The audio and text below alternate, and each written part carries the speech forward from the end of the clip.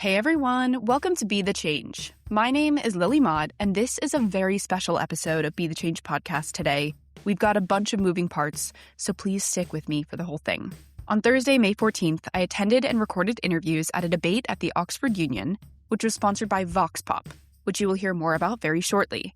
The debate was about if youth activism is primarily performative, and I have guests who represented both sides of the debate on the podcast today. Joining me today is Anita, who is a co-founder of VoxPop, and Michael, who is also a co-founder and who represented the proposition, or the people who argued that youth activism is primarily performative in the debate. Later on, you will hear my live interview with Kahlil and Zander, who argued the opposition, or who disagreed that youth activism is primarily performative in the debate. I was so inspired by these conversations with Michael and Anita and with Zander and Kahlil. So let's get started with this episode, produced in partnership with VoxPop.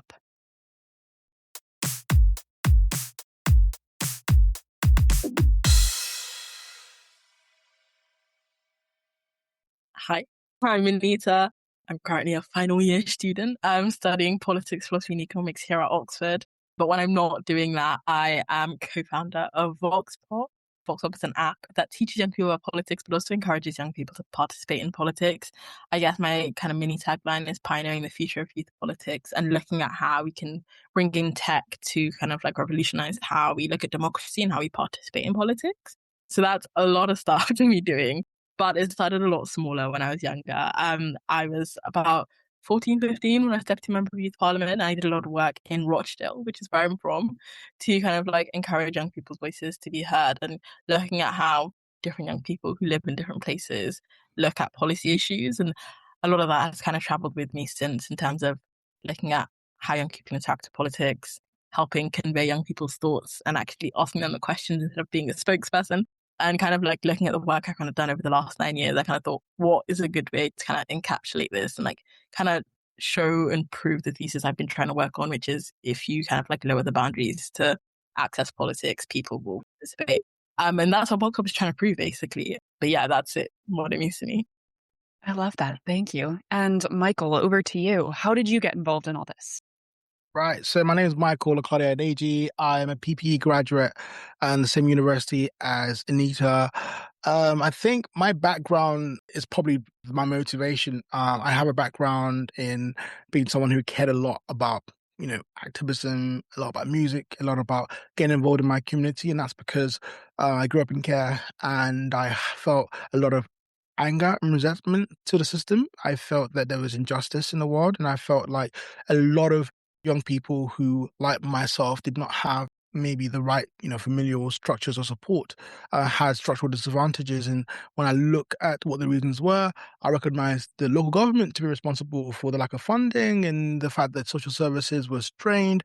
And then I looked even deeper into that and I realized, oh no, it's not local funding's fault. It's because the central government don't give them enough money. So it's the central politics that's the reason. And that's what kind of got me fired up about politics and wanting to get more involved, because I recognized very quickly that politicians cared a lot about pensioners and those who are, owners of means of productions, and those who basically would fund them or determine their vote, because young people do not have economic power, nor do they have a voting bloc. They are last in line for anything. And that's what got me the most passionate about wanting to be more active in politics. And that's where VoxPop for me comes in sort of like being the bridge to engage young people in what occurs and why what occurs around them occurs to them. Their futures is affected, but they can do something about it right now. And in regards to how I got involved, I think I got involved through meeting Anita for the first time at a meeting in a student society at Oxford, whereby she was a socio-economic officer and I had basically been a previous member of that same committee. And she told me about her aspirations to do lots of great stuff in the world. And then in that process, we sort of like developed like a mentee-mentor friend relationship in trying to navigate student politics, as you say. And then Anita later on came up with a great way and through VoxPop to reify a lot of the conceptual academic discussions we've been having about how to change the world and how to get young people involved in politics with tangible things. And given I had past experience in doing forms of activism, organizing, and campaigns with getting young people to vote and so on and so forth, it's felt like a natural fit to carry on. I love that. And I have to say, the way that you guys tell your stories, it's giving PPE. You can definitely tell. And I mean that in the kindest way. I've loved chatting with you guys and learning about your stories. And I think it's so cool what you're doing with VoxPop. Can you tell me more about how it works and kind of give me the scope? Like if you're entering VoxPop, tell me about the experience and what people can expect. Give it a little pitch, if you will. I can go first if you want, Michael. Yeah, I mean, I'm the storyteller. You have the technicals. Yeah, in the technicals. Although I would say the fun thing about VoxPop being so new is that a lot of it is subject to change. I remember giving this pitch 3 months ago and the app has changed drastically since then. The reason for this is a large part of our motto is built by young people for young people. We have a group of about 50 young people who give us advice, tell us if they don't like, they vote in groups to decide different features, and we change drastically based on that. So we've had about 63 different updates, but it goes to show the app is continuing to be built, and we love hearing from people who want to give us thoughts on it. So a big thing for us. Currently, it basically works as Think, Duel and Go, but for politics. So you get on, you have a leaderboard showing who are top debaters participating in the policy arena, who's doing the most courses, and who has the best streak in terms of how long they're using the app. Once you get on there on your homepage, we have something called Learn. Learn is basically where we have a library of different explainers on literally everything you can think about in politics, whether it's how to critically engage with politics media, whether it's what is a citizen, what are voting systems and alternative voting systems, you name it, we've got it because we have 300. And for every one you do, you earn coins. And the idea is that these coins are useful for our game, which is called Are You Smarter Than a Politician, which I'll explain later. But as part of that, as you're learning, we also want you to actually engage in different conversations.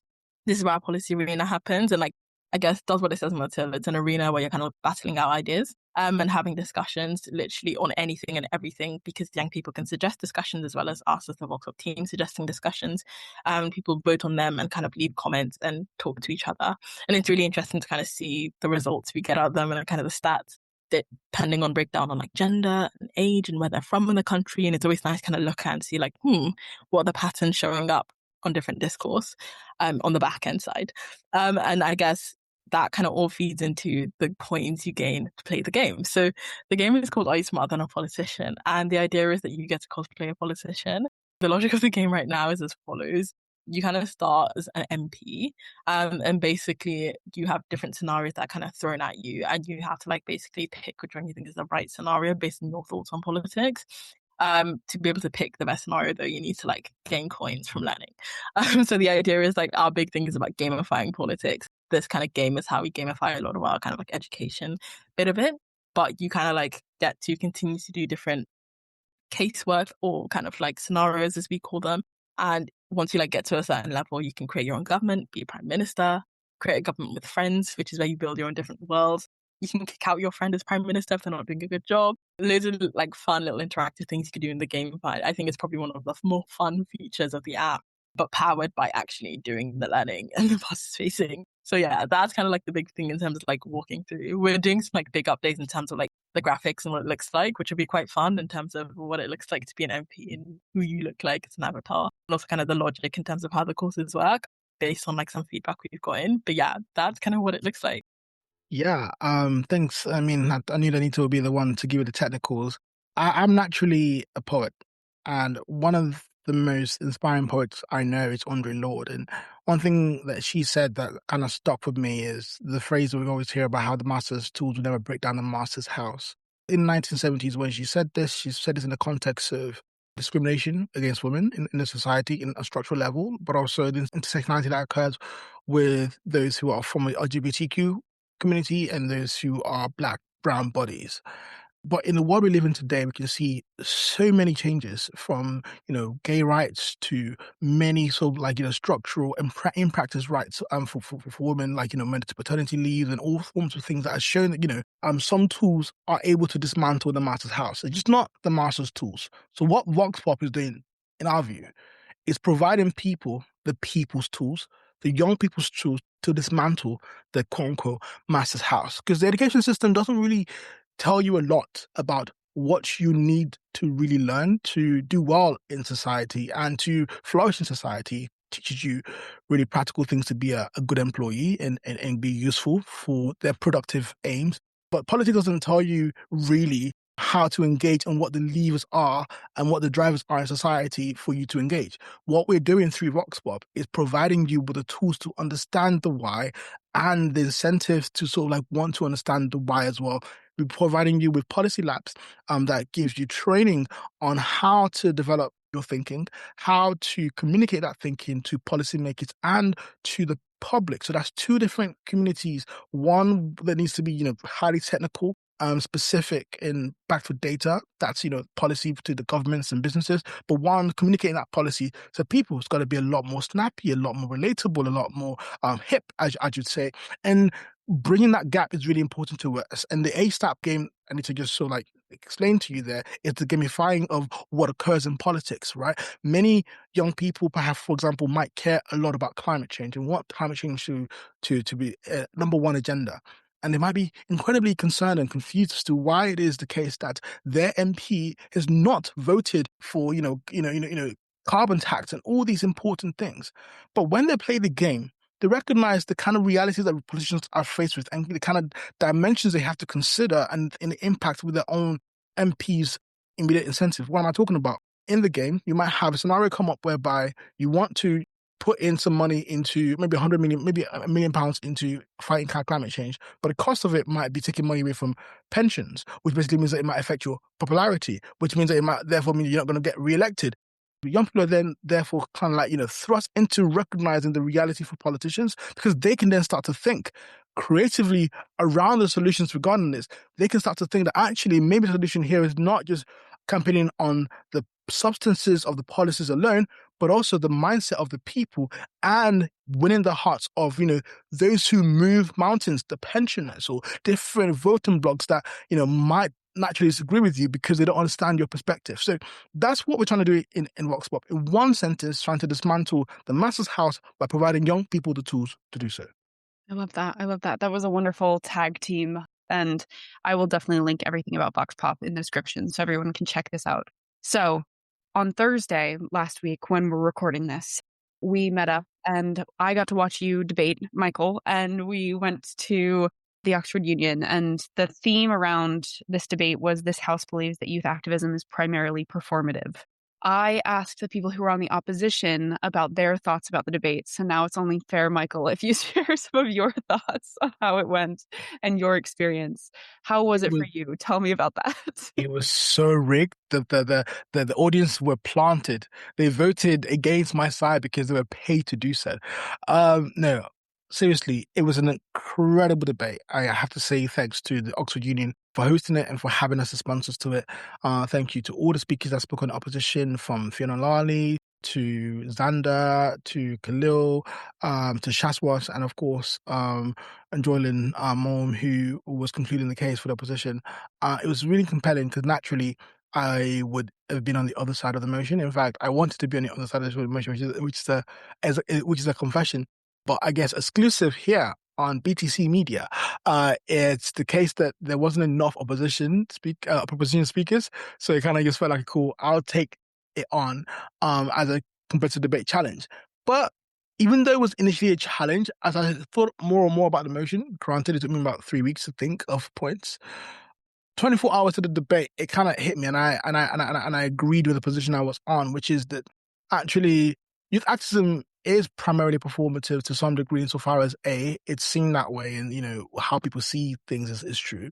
But then B, because the structures that exist in the world is built in such a way that kind of like makes it the case that you have nothing left as young people but to be performative, not because you intend to be, but because that's the best tool you have structurally to garner the attention to be able to actually influence the drivers that will create change. And I thought that was an indictment more on society and all of us to change. The debate went well. I think amazing speeches were made in opposition.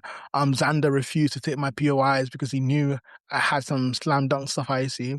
But no, it was enjoyable. And it was also like almost like it wasn't my first debate in the union properly, but it was my first proper debate in the union. And I was very great to have my family in there and my friends in there as I tried my best to make a good case for the prop.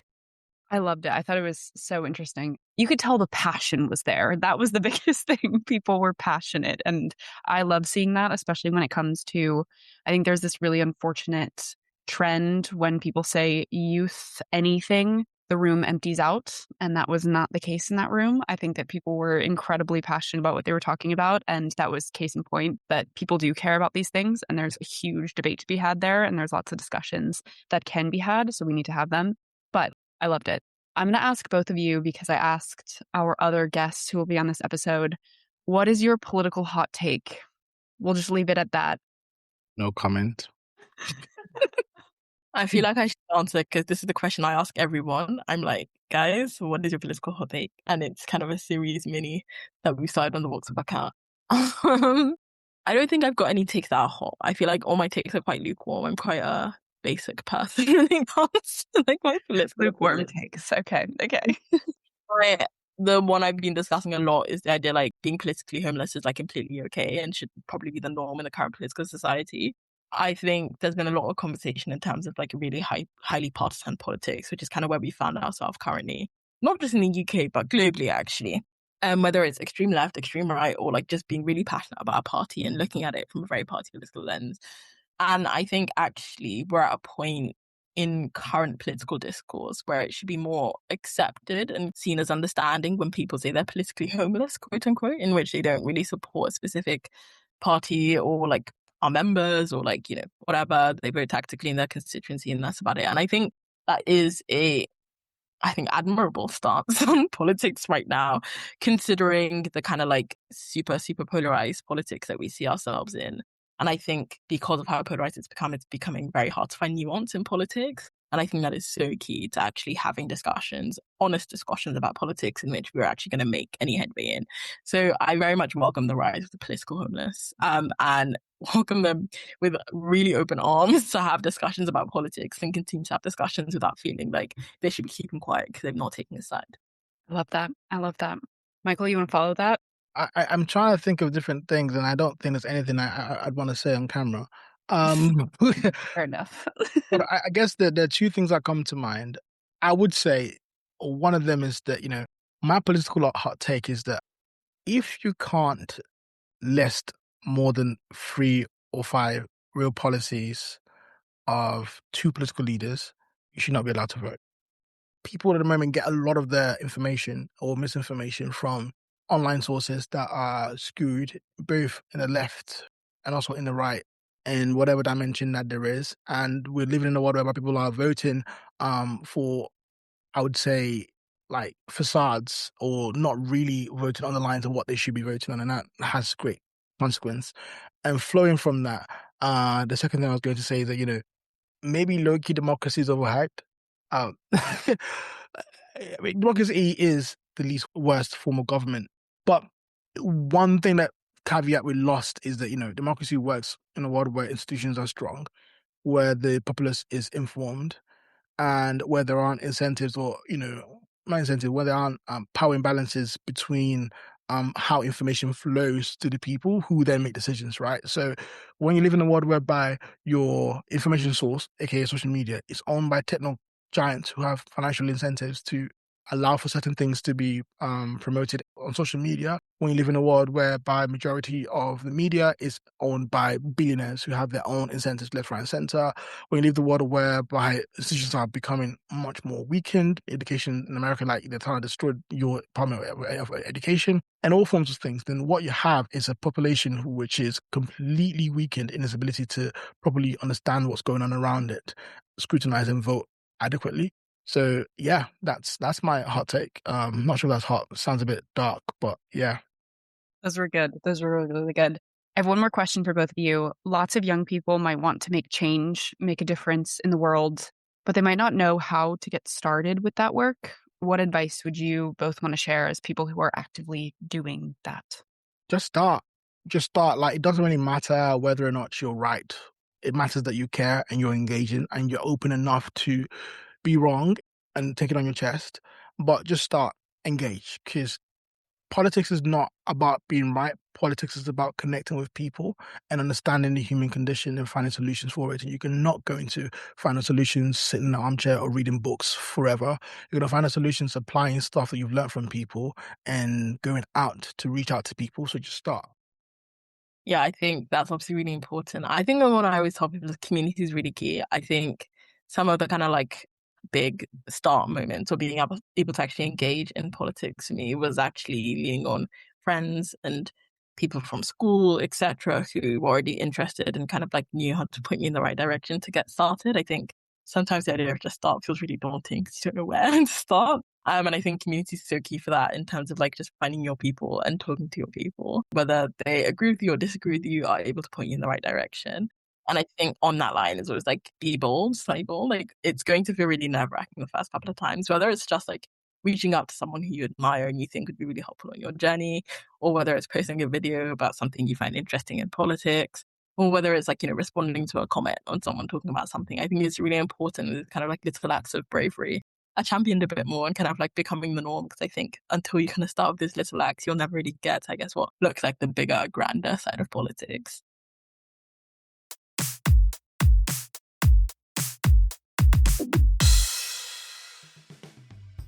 I really enjoyed learning more about VoxPop and hearing about what inspired Anita and Michael to launch and develop it. There will be more information about how you can find VoxPop at the end of the episode, but this next interview is with Zander Moricz and Kahlil Greene, who are absolutely incredible. I've been following along with both of their work for a while now, and I actually had Kahlil on Be the Change podcast all the way back in January of 2021. 2021. So it was wonderful to meet Kahlil in person and get to interview Zander for the first time. So in this clip, you will hear mentions of lots of different terms that were used in the debate, but you will hear mention of matcha.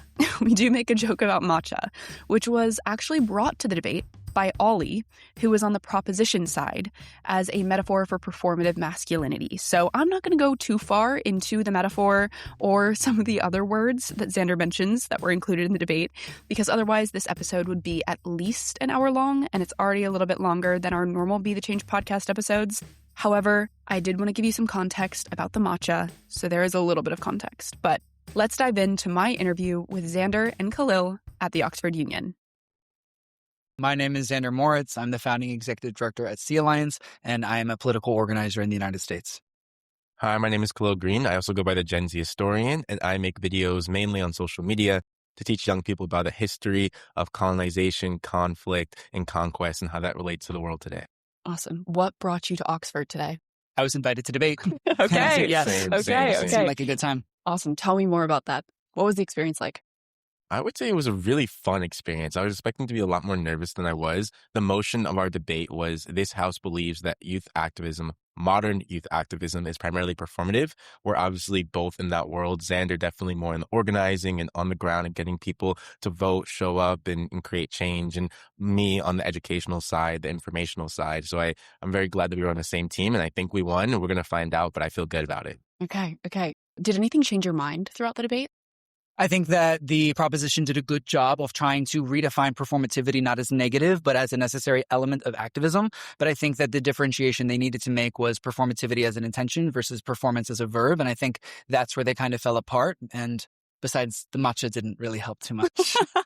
Okay, we'll have to do a little nod to that for the podcast listeners. Insert the clip. It was hilarious. It was really good. I feel like there was a lot of soundbite moments that I was like, definitely. Definitely. I don't think there's probably an Oxford Union debate that has said matcha, leg day, and big butts and one creation. Debate. Yeah, I think it was exceptional in that sense. Okay. I love that. You can take this however you'd like. It can go in any direction. But what is your political hot take at this moment? Earlier, just for listeners, there was a debate about should we abandon the hantavirus ship? Things like that. We're thinking sure. that. Yeah, no, abandon them. I'm so sorry. My humanism and perhaps morality flies out the window. So not abandoning the anti-fire ship. No, abandon them. Like, leave them out in the ocean. Okay. All right. Yeah. Okay. Oh, yeah. Like, don't bring them onto the shores. Okay. Whatever it takes to, like, not have this break out. Okay. Oh my gosh, this is actually going to make me sound like a crazy Florida Republican. I don't trust the scientists right now in terms of the faith in which they say that it will not mutate. Because knowing how viruses work, mutation is an unknown. My boyfriend is studying biology at Harvard, I will say that. Oh. So I am scared that it's going to become more airborne, and I just can't deal with that. That's my hot take. Okay.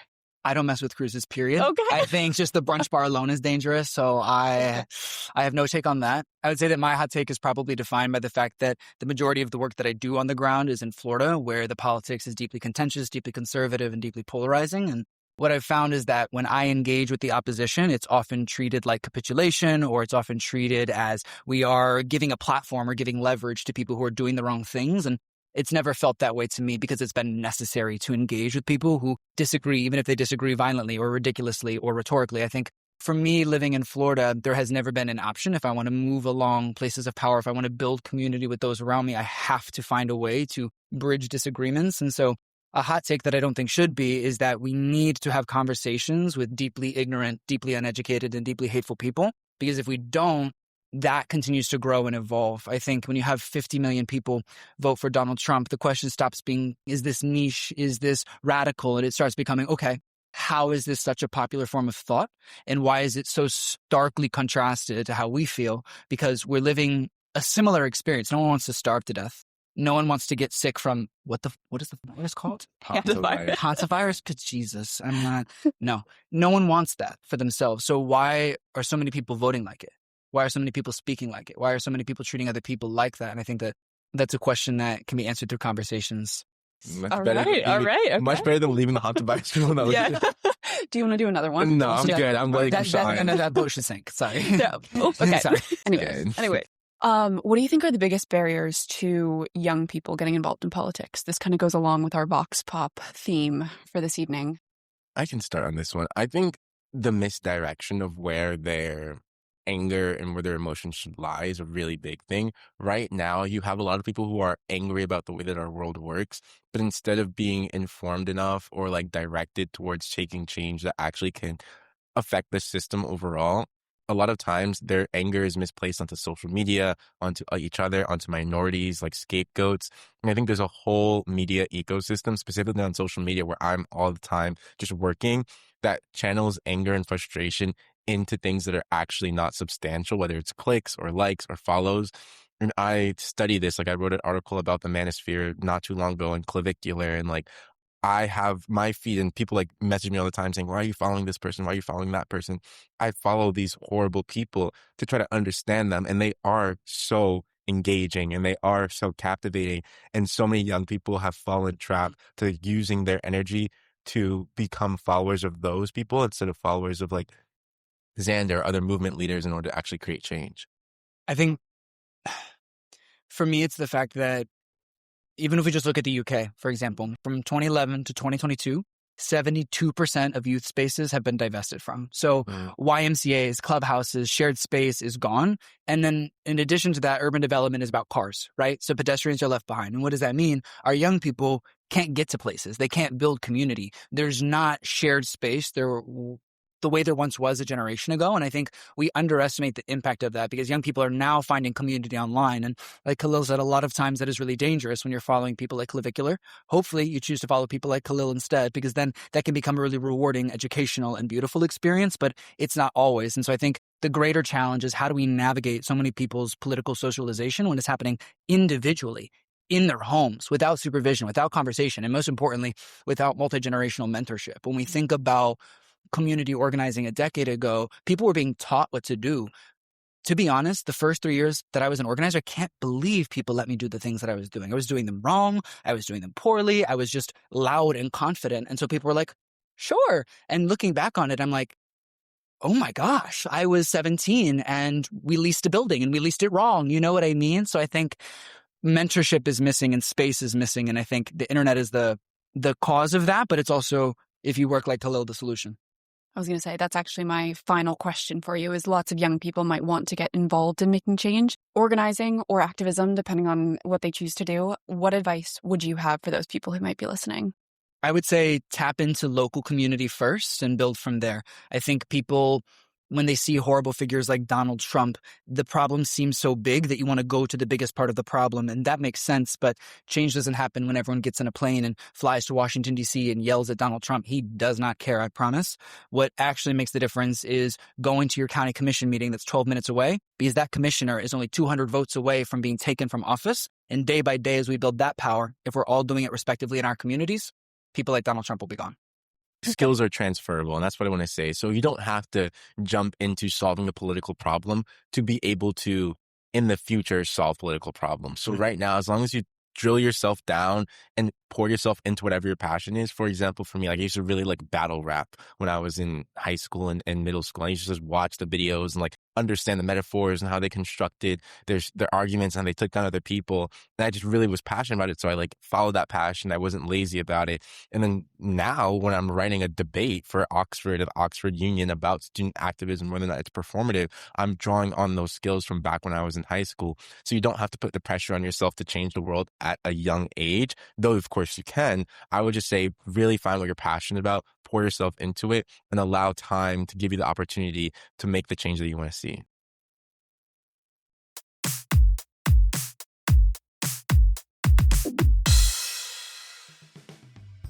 I loved recording these interviews, so thank you so much for listening to this episode. You can find links to learn more about VoxPop and to connect with Anita, Michael, Zander, and Kahlil in the description of this episode. If you want to talk about anything I mentioned, please reach out to me by email at lily@bethechangepodcast.org or on Instagram at BeTheChangeMediaNetwork. If you enjoyed this episode, I would really appreciate it if you could leave the podcast a rating and a comment, because it will help these stories to reach, educate, and inspire more people. And I would also love to hear your thoughts and feedback. Tune in for my next episode, but until then, be the change you wish to see in the world. Bye, guys.